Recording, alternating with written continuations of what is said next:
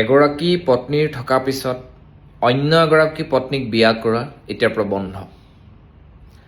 আইনীভাৱে ডিভোৰ্চ নোহোৱাকৈ আপুনি দুগৰাকী পত্নী ৰাখিব নোৱাৰিব। সেয়া হিন্দু হওক মুছলমান হওক কথা নাই।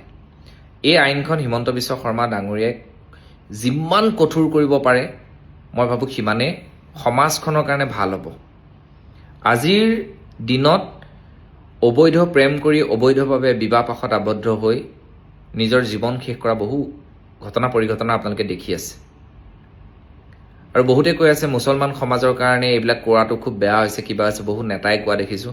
মই আপোনালোকক কওঁ, মোলে দিনটোত আপোনালোকে জানে নদী আৰু নাৰী জাগ্ৰত শক্তি অসমৰ মই জন্মদাতা।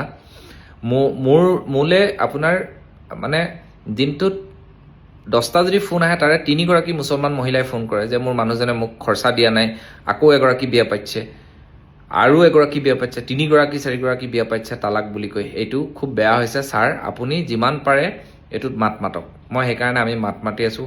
আমি গোটেই অসমৰ মহিলাখিনিক লৈ পেলাই চচলত আমি প্ৰতিবাদ কৰি মুখ্যমন্ত্ৰীলৈ মেমৰেণ্ডাম দিছিলোঁ। আৰু এই কথাটোত সকলোৱে সহযোগিতা কৰিব লাগে। আৰু যিসকলে ৰুমত অবৈধভাৱে বাস কৰে প্ৰেমিক প্ৰেমিকাই, ইয়াৰ পৰা বহুত বেয়া, ইয়াত কোনো ভাল হ'ব নোৱাৰে। যিসকলে সমৰ্থন কৰিছে মই তেওঁলোকক মূৰ্খ বুলি কওঁ।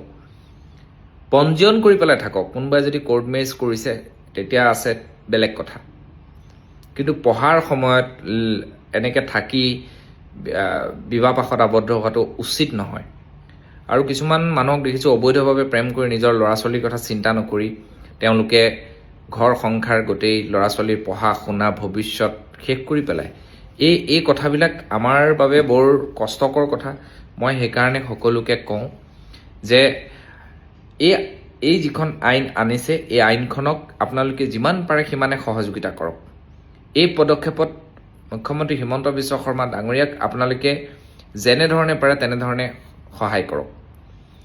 অসমৰ নাৰীসকলৰ ভৱিষ্যতৰ কাৰণে অসমৰ যিটো বেয়া পৰিস্থিতিলৈ গৈ আছে আপোনালোকে দেখিছে, সেই পৰিস্থিতি ভাল হ'বৰ বাবে সকলোৱে সহযোগিতা কৰক। ওচৰে পাজৰে দেখিলেও পুলিচক খবৰ দিয়ক।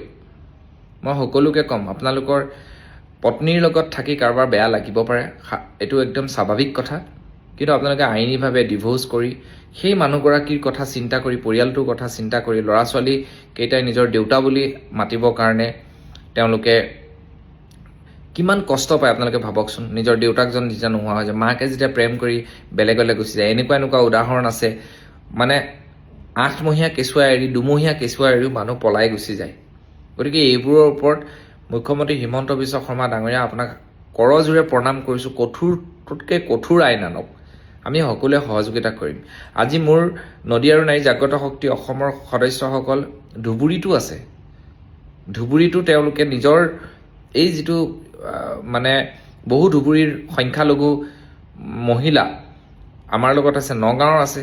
তেওঁলোকে কৈ আছে যে এইটোৰ ওপৰত যিমান সোনকালে আইন আনিব পাৰি। মোক বহুতে ফোন কৰি থাকে। আমি আগৰ পৰা এইটোৰ বিষয়ে মুখ্যমন্ত্ৰীক সহযোগিতা কৰিম বুলি কৈছোঁ।